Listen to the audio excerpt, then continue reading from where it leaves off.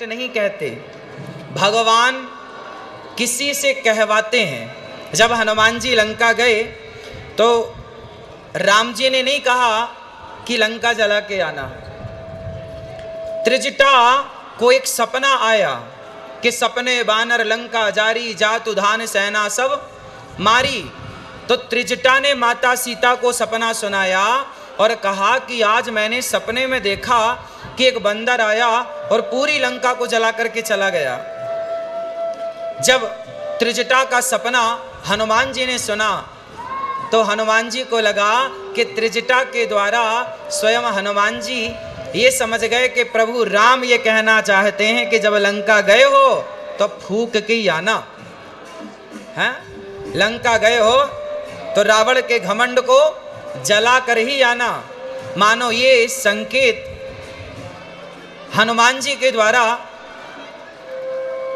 त्रिजटा के द्वारा हनुमान जी तक राम जी ने पहुंचाया।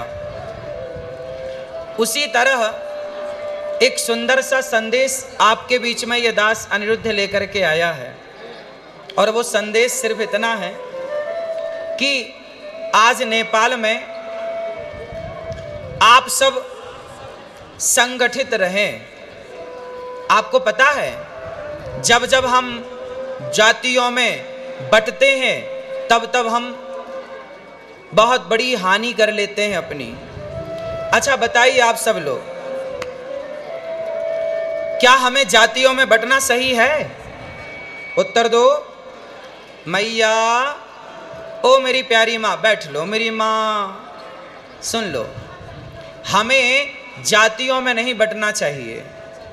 नेपाल में जातियों में लोग बटे हैं या नहीं, हम आपसे पूछ रहे हैं, बताइए। नेपाल के लोग जातियों में तो नहीं बटे। हम सबकी एक जाति है, हम सबकी जाति है मानव जाति, हम मनुष्य हैं। बड़े भाग्य मानुष तन पावा और सुर दुर्लभ सद ग्रंथन गावा। हम सब मानव हैं, ठीक है?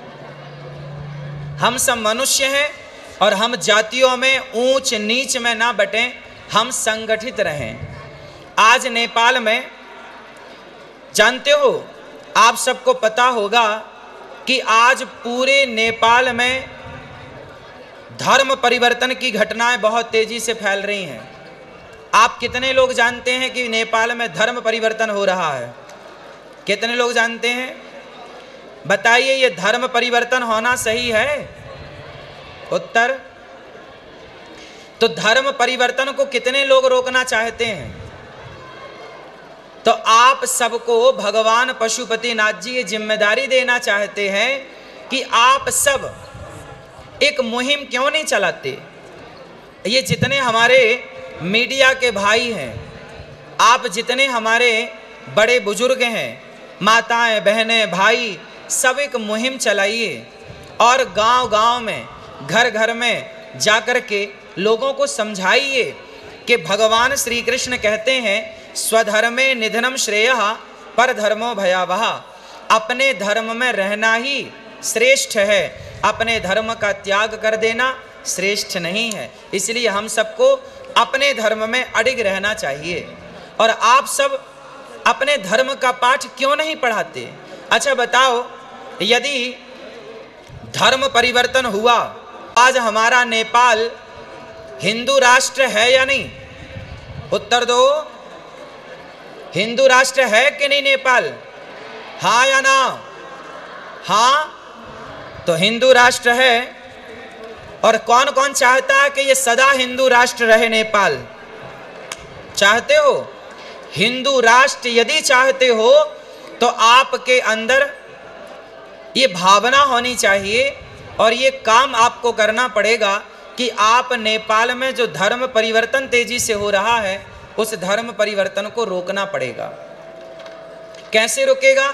हम सब जागें, ये मीडिया वाले भाई जाएं, सवाल करो, जो धर्म परिवर्तन कर लेते पूछो कि तुमने धर्म छोड़कर क्या पा लिया, क्या पा लिया और आगे क्या पाओगे। जो व्यक्ति अपने धर्म, हमारे यहाँ मर गए लोग लेकिन अपने धर्म को नहीं छोड़ा। अच्छा बताइए, राम के पास क्या है? धन या धर्म? बोलो, रावण के पास क्या है, धन कि धर्म? रावण के पास धन है, धर्म नहीं, और राम के पास धर्म है, धन नहीं। हाँ या ना? लंकापति रावण सोने की लंका में रहता है, बड़ा धनवान है, पर उसके अंदर धर्म नहीं है। अरे धर्म होता तो पराई स्त्री का अपहरण क्यों करता?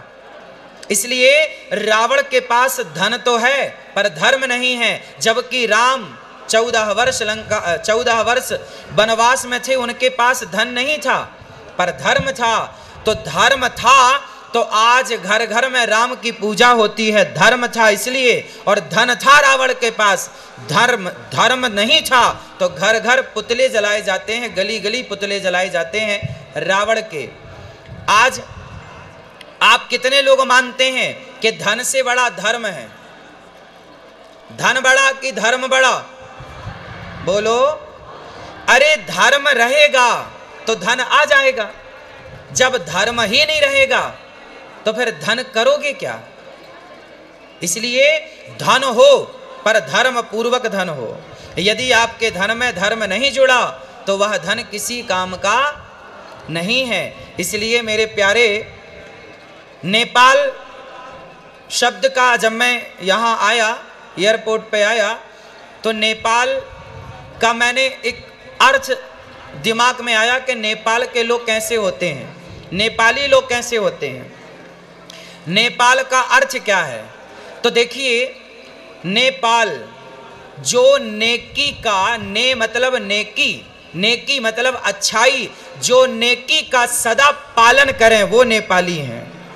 जिनके हृदय में सदा नेकी बसती हो वो नेपाली है। नेपाली का मतलब क्या हुआ? नेपाल का मतलब क्या हुआ? जिसके अंदर नेकी बसती हो, मतलब जिसका हृदय नेक हो। नेक समझते हैं ना? अच्छा, गुड।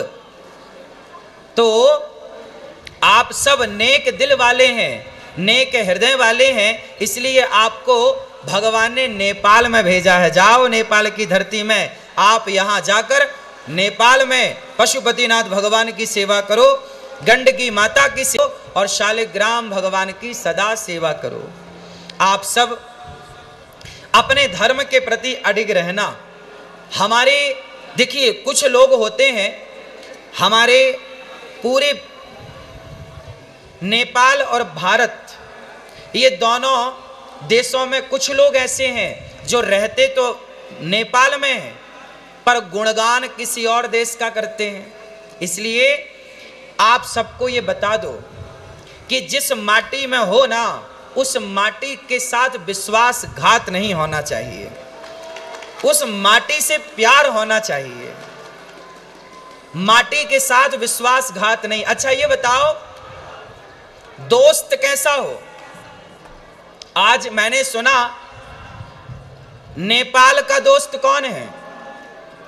भारत और आसपास के जितने देश हैं, आप किन देशों से दोस्ती करना चाहेंगे? बताइए, आपसे मेरा सवाल है। आप नेपाल वासी, आपके पास में बहुत सारे देशों की सीमा है, किस देश से आप दोस्ती करना चाहेंगे? किससे? किससे? जोर से। भारत से। भारत से दोस्ती करना चाहेंगे? भारत तो सदा आपके साथ है और सदा हम और आप कभी दो थे ही नहीं, एक थे, एक हैं और एक ही रहेंगे।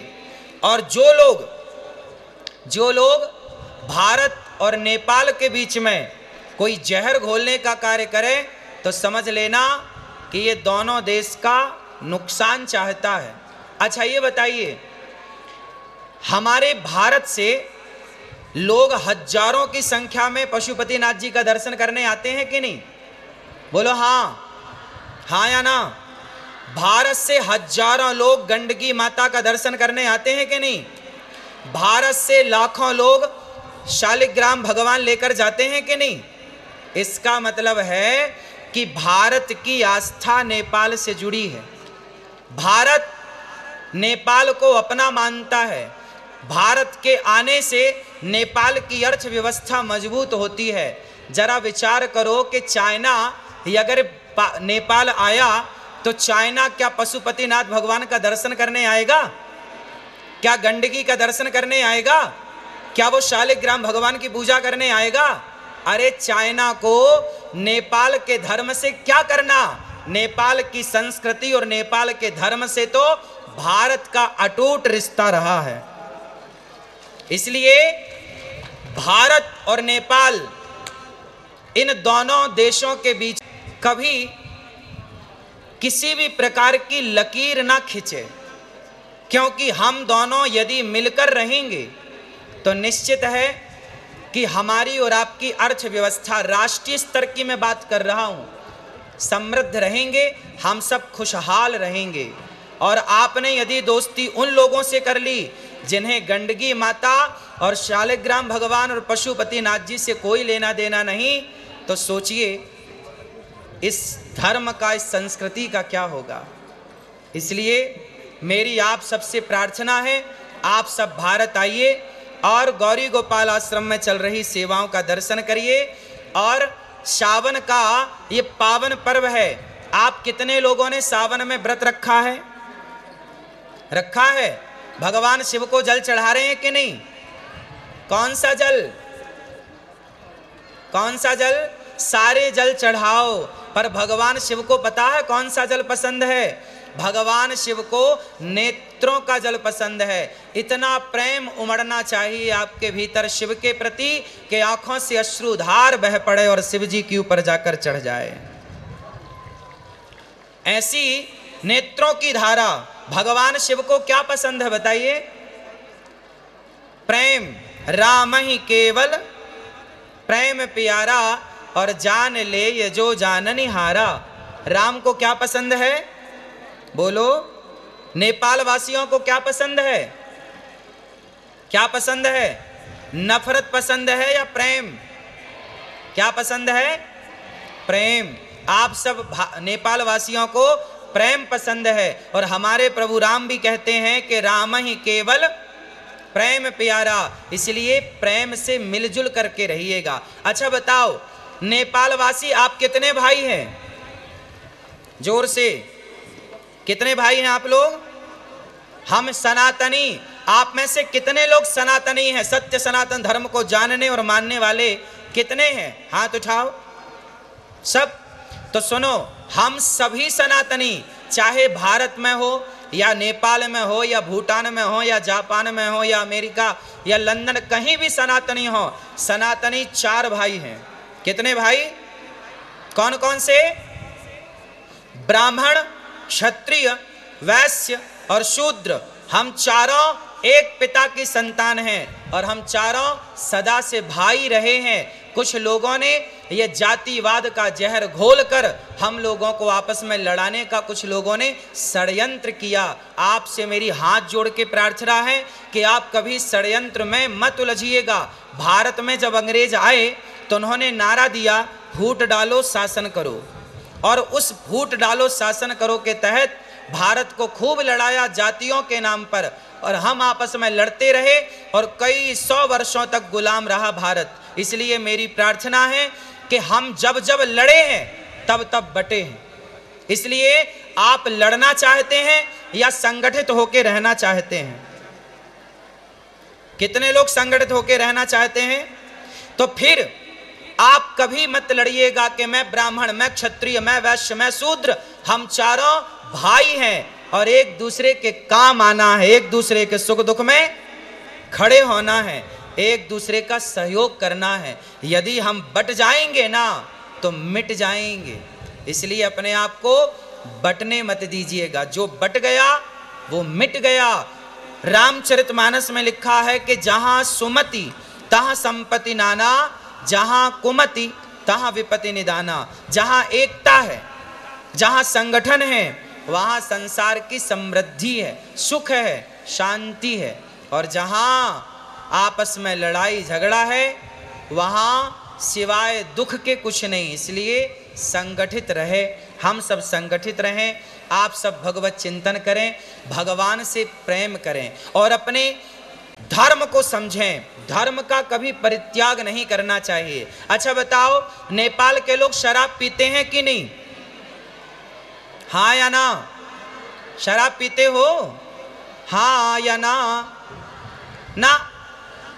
हाँ, शराब नहीं पीना। शराब पियोगे तो सब कुछ बर्बाद हो जाएगा। इसलिए खान पान शुद्ध, इसलिए खान पान को पवित्र करिए। आप लोग मांसाहार तो नहीं करते ना? शुद्ध शाकाहारी हैं। कितने लोग शुद्ध शाकाहारी हैं? शाकाहारी हैं। कभी भी अपने स्वाद के लिए किसी जीव की हत्या नहीं करनी चाहिए। हमें अच्छा लगता है इसलिए हम किसी को मार कर खाएं, कितना बड़ा पाप है। बताइए, अपने स्वाद के लिए किसी को मारना सही है? इसलिए जीव हत्या पाप है। इसलिए हम भारतीय, हम सनातनी है ना, हम हिंदू है ना, हमें कभी अपने स्वाद के लिए किसी की हत्या नहीं करनी। हमारे धर्म में लिखा है अहिंसा ही परमो धर्मः। किसी की हत्या करना पाप है और किसी को जीवन दान देना पुण्य है। इसलिए आप किसी की हत्या ना करें, ऐसी मेरी प्रार्थना है। शराब इत्यादि से अपने आप को और अपने बच्चों को बचाएं। एक अच्छा इंसान बनाएं, राष्ट्र प्रेमी बनाएं, कुछ ऐसा बनाएं कि वो देश में अपना नाम रोशन करे, भारत का, और वो अपने नेपाल का, वो अपने समाज का, अपने संस्कृति का, अपने धर्म का वो नाम रोशन करे। ऐसा कुछ करे। इसलिए आप अपने बच्चों को संस्कारवान बनाइए। शराब, जुआ, नशा, इन सब से बचाइए। आज के ज़माने में पता है क्या है? आज की आधुनिकता में हम इतने भागे जा रहे हैं कि आधुनिक होने के नाम पर, हम मॉडल होने के नाम पर अपने संस्कारों को, अपनी संस्कृति को छोड़ते चले जा रहे हैं। इसलिए हमें अपनी संस्कृति, अपने संस्कारों का परित्याग नहीं करना चाहिए। ठीक है? तो आप कितने लोग मांसाहार और शराब से बचेंगे? अपने बच्चों को बचाएंगे और अच्छे संस्कारवान बन के अपने राष्ट्र की सेवा करेंगे। ठीक है? आप सभी का बहुत बहुत धन्यवाद। आपने इतने आनंद के साथ दास अनिरुद्ध को सुना। हमें आपके बीच में आने का मौका मिला। आप सबको मेरी प्रार्थना है, आचार्य चरणों को प्रार्थना है, मंचस्थ सभी भक्तजनों को प्रार्थना है कि आप सब वृंदावन आएँ, गौरी गोपाल आश्रम में आएँ और गौरी गोपाल आश्रम आकर वृंदावन में, वहाँ वृद्ध माँओं की सेवा हो रही है। 281 वृद्ध माएँ गौरी गोपाल आश्रम में रहती हैं। 150 बच्चे वहाँ निःशुल्क पढ़ते हैं। अखंड लंगर रसोई चलती है, सब आकर के प्रसाद पाते हैं। ये सारी सेवा बिहारी जी ने दी है। बोलिए बांके बिहारी लाल की जय, कृष्ण कन्हैया लाल की जय। राधे राधे। आप सबके चरणों की धूल को ये दास अनिरुद्ध कोटि कोटि नमन करता है। आप सभी नेपाल वासियों को बारंबार दंडवत प्रणाम। आप सभी के चरण रज को प्रणाम। आप सभी के माता पिता को प्रणाम। आप सभी के गुरुजनों को प्रणाम। आप सब यहाँ प्रेम पूर्वक बैठे हैं। आप सब ने इस सुंदर से आयोजन में सम्मिलित होकर भगवान शिव का दर्शन करके अपने जीवन को कृतार्थ किया। हमारे श्री बाल योगेश्वर श्री विजय कृष्ण मूर्ति जी जो संकल्प करता है, और रामकृष्ण उपाध्याय हिंदू जागरण नेपाल अध्यक्ष और राष्ट्रीय सभा को उपाध्यक्ष माननीय श्री विमला धीमरे जी, आप सबका बहुत बहुत धन्यवाद। श्री चैतन्य महाराज जी और आप सभी मंचस्थ सभी आचार्यों को, मातृशक्ति को कोटि कोटि नमन। आप सबको जय श्रीमन नारायण, जय श्री कृष्णा, राधे राधे। नेपाल आमा को जय हो, भारत माता की जय हो, गंडगी मैया की जय हो। शालिग्राम भगवान की जय हो। पशुपतिनाथ भगवान को जय हो। धन्यवादाः श्रीमद्भ्यः विद्वद्भ्यः भागवतभूषणेभ्यः श्री अनिरुद्धाचार्य महाभागेभ्यः ते अस्माकं प्रार्थनां स्वीकृत्य निवेदनं स्वीकृत्य अत्र आगत्य अस्माकं कृते आशीर्वचांसि दत्तवन्तः। तेषां कृते पुनः पुनः अपि अहं धन्यवादान् ज्ञापयितुम् इच्छामि। यही बीचमा सानो आसन ग्रहण।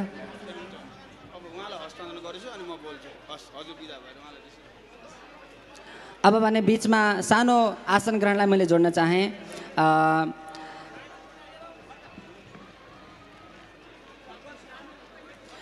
वेद विषयका प्राध्यापक डाक्टर आनन्द प्रसाद घिमिरेज्यू यहाँ उपस्थित हुनुभएको छ। उहाँलाई आसन ग्रहण गर्नको लागि मैले निवेदन गरेँ। त्यस्तै प्रकारले पुराण विषयमा प्राध्यापक नवराज घिमिरेज्यू अनि श्रीमती मञ्जुश्री घिमिरेज्यू पनि यहाँ उपस्थित हुनुभएको छ। उहाँलाई पनि आसन ग्रहण गर्नको लागि मैले निवेदन गरेँ। त्यस्तै प्रकारले आचार्य पण्डित श्री बलराम खकुरेलज्यू पनि यहाँ उपस्थित हुनुभएको छ। उहाँलाई पनि मैले आसन ग्रहण गर्नको लागि निवेदन गरेँ। त्यस्तै प्रकारले आचार्य पण्डित हरिप्रसाद नेउपानेज्यू पनि यहाँ उपस्थित हुनुहुन्छ। उहाँलाई पनि मैले आसन ग्रहण गर्नको लागि निवेदन गरेँ। त्यस्तै प्रकारले माननीय राष्ट्रिय सभा सदस्य आप सभी के माता पिता गुरु चरणारविंदों की जय जय श्री राधे।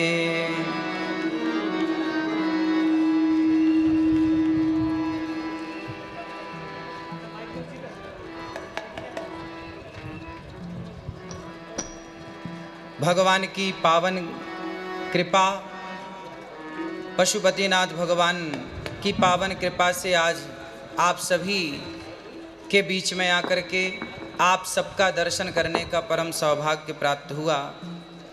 मंचस्थ सभी विद्वानों को, सभी आचार्यों को, सभी गुरुजनों को, आप सभी संतों को बारंबार नमन। आप सभी के चरण धूलि उठाकर ये दास अनिरुद्ध अपने माथे पर रखता हुआ अपने आप को कृतार्थ करता है आप सबकी चरण रज से। आप सब उपस्थित माताएं, बहनें, बच्चे, बुजुर्ग सभी के चरणों में दास अनिरुद्ध का कोटि कोटि नमन।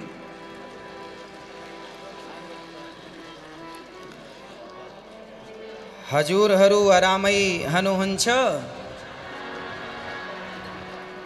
आप सब ठीक हैं? आप सबके घर परिवार में सब आनंद है? चलो भगवान पशुपतिनाथ की कृपा से आप सबके घर में यूं ही आनंद बरसता रहे। आपके घर में, आपके घर आंगन में बच्चों की किलकारियां गूंजती रहें। सदा आप सुखी और स्वस्थ रहें।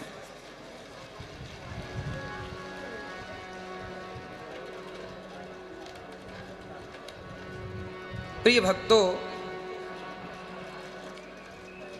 भगवान की बड़ी कृपा है आज हम सब यहाँ मिले।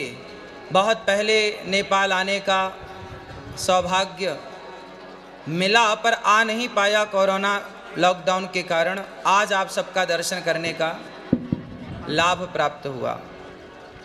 ये नेपाल इतनी पवित्र धरा है। यहाँ जब हम आए और यहाँ आप सबका दर्शन किया, यहाँ का पारंपरिक जो संगीत हमने सुना, और ये देखिए हमारे गले में ये जो सुंदर सी माला है, हार है, कितना सुंदर है। आप नेपाल वासी ही पूरी दुनिया में ऐसे हैं कि आप प्रकृति से इतने जुड़े हुए हैं, कनेक्ट हैं। आप प्रकृति के जितने करीब हैं शायद कोई हो। प्रकृति को आप अपने गले की माला बनाकर धारण करते हैं, प्रकृति को इतना प्यार करते हैं। इसलिए जब मैं आया तो मुझे लगा कि नेपाल प्रकृति से कितना जुड़ा हुआ है। आप सब शुद्ध वायु लेते हैं, शुद्ध ऑक्सीजन लेते हैं, शुद्ध वातावरण में रहते हैं। इसलिए आप सभी एक बार बोलिए, नेपाल आमा को, नेपाल आमा को, भारत माता की जय हो। भारत माता की जय हो। आप सभी नेपाल वासियों को, क्षेत्रवासियों को बहुत बहुत धन्यवाद कि आपने ये दास को यहाँ आने का अवसर दिया।